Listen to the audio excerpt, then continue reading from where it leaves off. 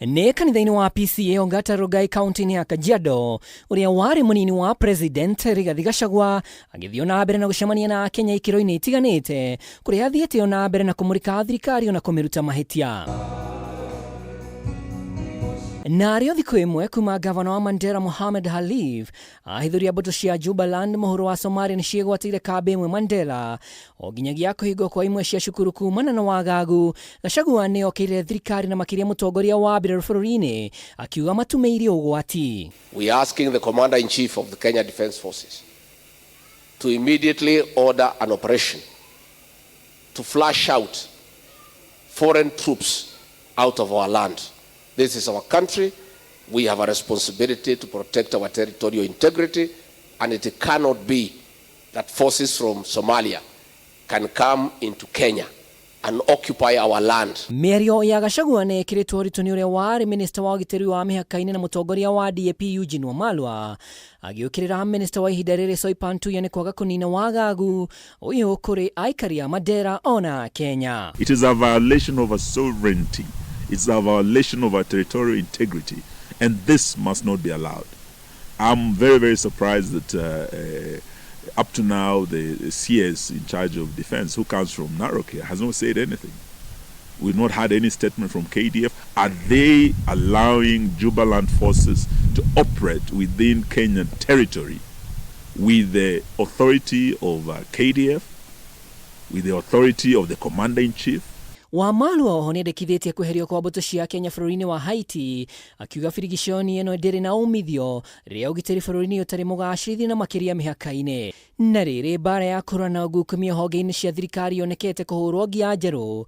President Ruto akĩanĩrĩra mbunge nĩ gĩtumĩro kĩa ũhorania wa mbeca.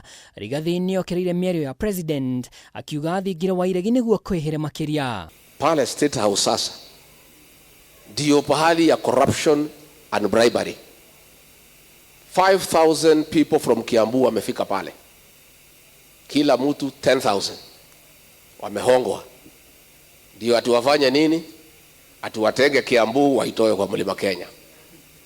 Wamechukua pesa, wameenda nyumbani, wanaiba one time.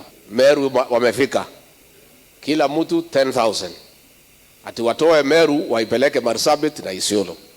So pale Ikulu has become the center of corruption. Gachagua arauga mbeca nĩcio ikoretwo ikĩhũthĩka gũtindĩkĩria mawatho mataranyitwo mbaru nĩ Mũkenya mbunge-inĩ, akiuga mbunge nĩ nyite mĩgwate. Na nilisema kila mtu achukue, na hiyo pesa ya siasa haina deni na haina receipt, haina.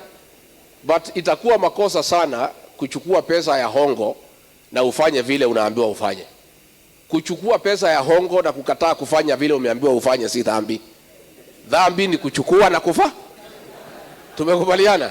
Ihinda-inĩ o rĩu Rigathi nĩaugĩte kũrĩ na wongerereku wa ciĩko cia kwĩgwatĩrwo kwa mĩgũnda mwena ũyũ na makĩria mũgũnda wa kanitha ũyũ wa PCA Ongata Rongai, rĩu akiuga mũng'ethanĩro ndũngĩtĩkĩra ona kana gũtumĩria ndeto ĩno. Tunaenda uchaguzi 2027.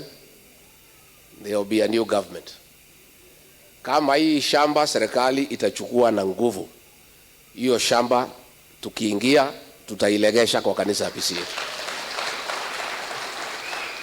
Na wewe kama umenunua hizo manyumba utapoteza pesa yako. Hiyo manyumba yote tutapatia PCA, ndio watakuwa wakichukua rent na kutumia kwa sesi. Andũ-inĩ ha Kameme TV rĩtwa rĩakwa nĩ Mwaura wa Ndung'u.